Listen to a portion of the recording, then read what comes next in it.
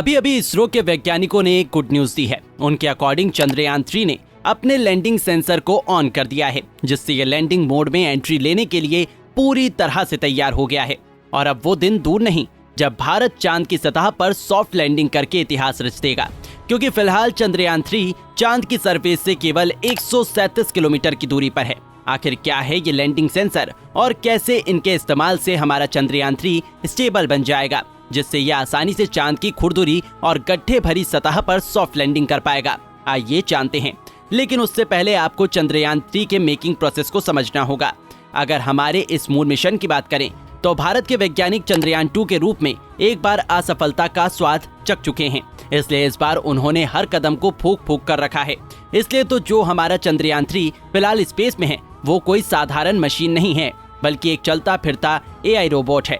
हम इसे AI robot इसलिए बोल रहे हैं क्योंकि इसके अंदर हमारे वैज्ञानिकों ने जो कॉम्प्लेक्स एल्गोरिदम से लैस सेंसर फिट किए हुए हैं, उनकी कैपेसिटी इतनी शार्प है कि वे दूर से ही पता कर सकते हैं कि फिलहाल वे किस पोजीशन में और कहां स्टैंड कर रहे हैं। इनकी इस क्वालिटी के कारण ही हम चांद की सरफेस पर सॉफ्ट लैंडिंग करने में कामयाब हो पाएंगे, क्योंकि आप समझ सकते हो कि धरती से 1,84,000 किलोमीटर दूर एक मशीन जिसके अंदर कोई इंसान मौजूद नहीं है, उसे चांद के लाखों वर्ग में फैले एरिया में से 4 से 5 किलोमीटर के स्पेस को ढूंढना है और वहां पर लैंडिंग करनी है। ऐसे में उसे खुद को वॉल्केनो और आसपास मौजूद पहाड़ियों और दूसरी चीजों से भी बचाव करना है, और साथ ही अपनी स्पीड और ओरिएंटेशन को मेंटेन रखते हुए अपने आप को सुरक्षित लैंड भी करवाना है। ये वाकई बहुत बड़ी बात है।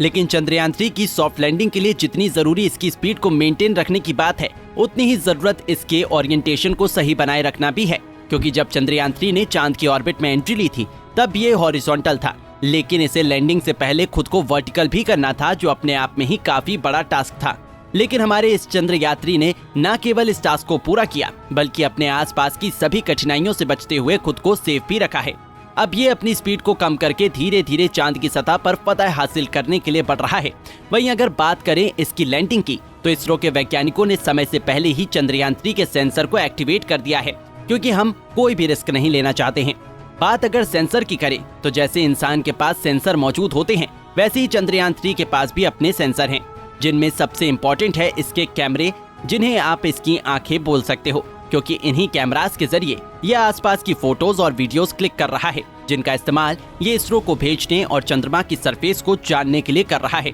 साथ ही ये अपने कॉम्प्लेक्स एल्गोरिदम और नॉलेज से आसपास की घटनाओं को देखकर इसरो के साथ जानकारी शेयर करने के साथ साथ अपनी आसपास पैनी नजर बनाए हुए हैं, और इस पैनी नजर की वजह से ही ये जान पाएगा कि आसपास का माहौल कैसा है और कब और कहां लैंड करना उसके लिए सेफ होगा। क्योंकि दोस्तों, आपको जान लेना चाहिए कि इसरो के वैज्ञानिकों के पास ऐसा कोई रिमोट नहीं है जो चंद्रयान 3 को लैंड करवा सके या फिर इसे बीच में ही रोककर इसे प्रॉब्लम से बचा सके। अब सब कुछ चंद्रयान के ऊपर निर्भर है कि ये कैसे और कब लैंड करेगा। इसरो के वैज्ञानिकों के पास केवल ऑर्बिटल मैनुअल को चेंज करने का कंट्रोल मौजूद था, यानी कि चंद्रयान 3 को मून की एक कक्षा से दूसरी कक्षा में भेजने का कंट्रोल वैज्ञानिकों के हाथ में था। पर अब जो भी होगा वो सब कुछ लैंडर पर निर्भर करता है, क्योंकि अब लैंडर प्रोपल्शन मॉड्यूल से अलग हो चुका है और आगे का सारा खेल केवल लैंडर के हाथ में ही मौजूद है। अब देखना बहुत दिलचस्प रहेगा कि आखिर हमारे वैज्ञानिकों ने जिस कॉम्प्लेक्स एल्गोरिदम और हाई टेक्नोलॉजी से लेस इंस्ट्रूमेंट और सेंसर का इस्तेमाल किया है, वे कितने कारगर हैं और कितनी जल्दी और कैसे वे हमें सफलता दिलवाते हैं। वैसे आपको क्या लगता है, इसरो ने जो हाई टेक्नोलॉजी से लेस सेंसर और फास्ट एल्गोरिदम वाले इंस्ट्रूमेंट बनाकर वैज्ञानिकों ने चंद्रयान 3 में लगाए हैं, वे कितने प्रतिशत तक सेफ हैं, या फिर हमें इन इंस्ट्रूमेंट को बाहर से मंगाकर इसमें लगवाना चाहिए था? हमें अपनी राय को कमेंट करके जरूर बताइएगा। साथ ही अगर आपको वीडियो पसंद आई हो तो इसको लाइक करके हमारे चैनल फैक्ट्स मीडिया हिंदी को सब्सक्राइब करना बिल्कुल ना भूलें।